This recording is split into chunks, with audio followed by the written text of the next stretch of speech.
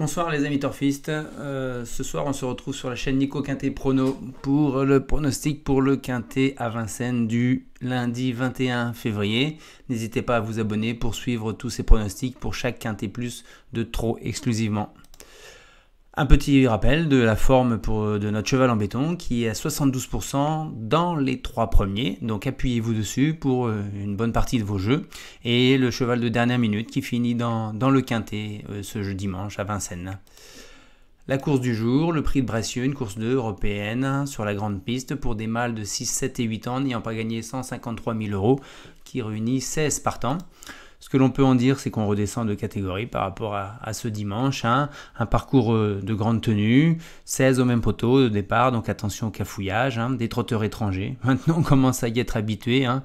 Ils sont de plus en plus nombreux, de plus en plus fréquents. Notre JMB national qui sera une nouvelle fois le favori de la course, je pense. Et une petite priorité quand même doit être donnée aux 6 ans qui affrontent leurs aînés.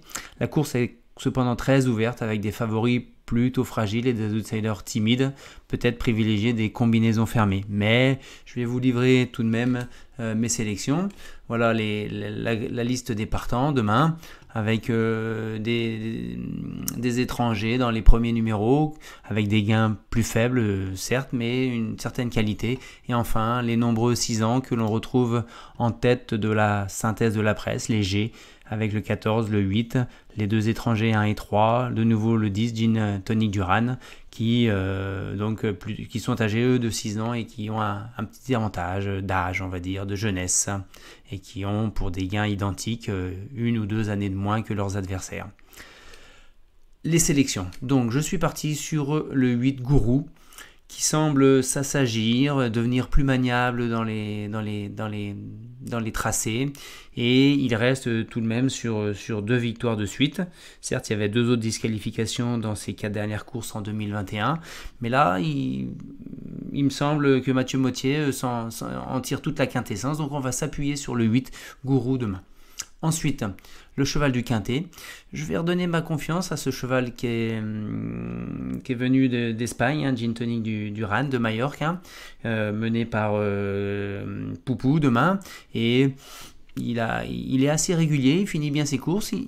Certes, sa dernière course lui avait manqué, avait montré un manque de fraîcheur que lui ont redonné son entraîneur. Là, je pense qu'il peut refaire parler de lui demain. Donc je le mets en base pour mon quintet demain. Ensuite, les coquins, je suis allé chercher le numéro 2, Bordeaux-Ouest, sur la ligne de la course de Gourou et du numéro 1 et numéro 3, mais il sera beaucoup plus spéculatif. Il a fait une faute au départ, il a terminé pas très loin d'eux, je pense qu'il peut venir pimenter les rapports, au même titre que le numéro 13, Éole du Prieuré, mené par le Bourgeois, plaqué des intérieurs et des postérieurs.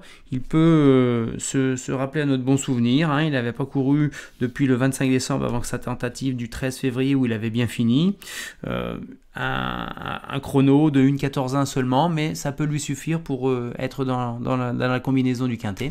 Ensuite, le favori fragile pour moi, ça sera l'écurie Bondo avec Gabriel Jormini, pourtant qu'ils sont assez en forme en ce moment, mais il a quand même beaucoup de choses à prouver, c'est l'X un peu de la course. Il a couru dans des très bons lots en Italie sans s'illustrer, mais il n'a pas couru en 2022, je demande à voir donc franchement, et j'ai pris le risque d'éliminer le 4 Common Hugo et le 6 Franklin Fay sur cette course-là. Le retour sur ce quintet du dimanche 20 février à Vincennes. Inma Rosa ne m'a pas déçu, elle termine bonne deuxième.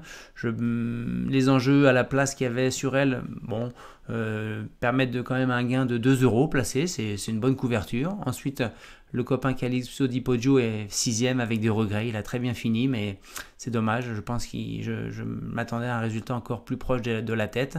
Par contre, les coquins, je n'arrive pas à les sortir en ce moment. Ikaku des Saintis, il est 10e, trop loin, il perd trop de temps au départ, et l'As Coco Chanel est fait, 7e, il est je pense à sa place, il est la vie à confirmer qu'en ce moment, il est très très très très fautif, 8 sur ses 11 dernières courses. Et enfin, le 9 Imagine Darling dans les fantômes et n'a jamais été dans le coup. Je reviens sur le suivi de mes statistiques, de mes sélections. On voit la grande forme du cheval en béton comme je vous exprimais.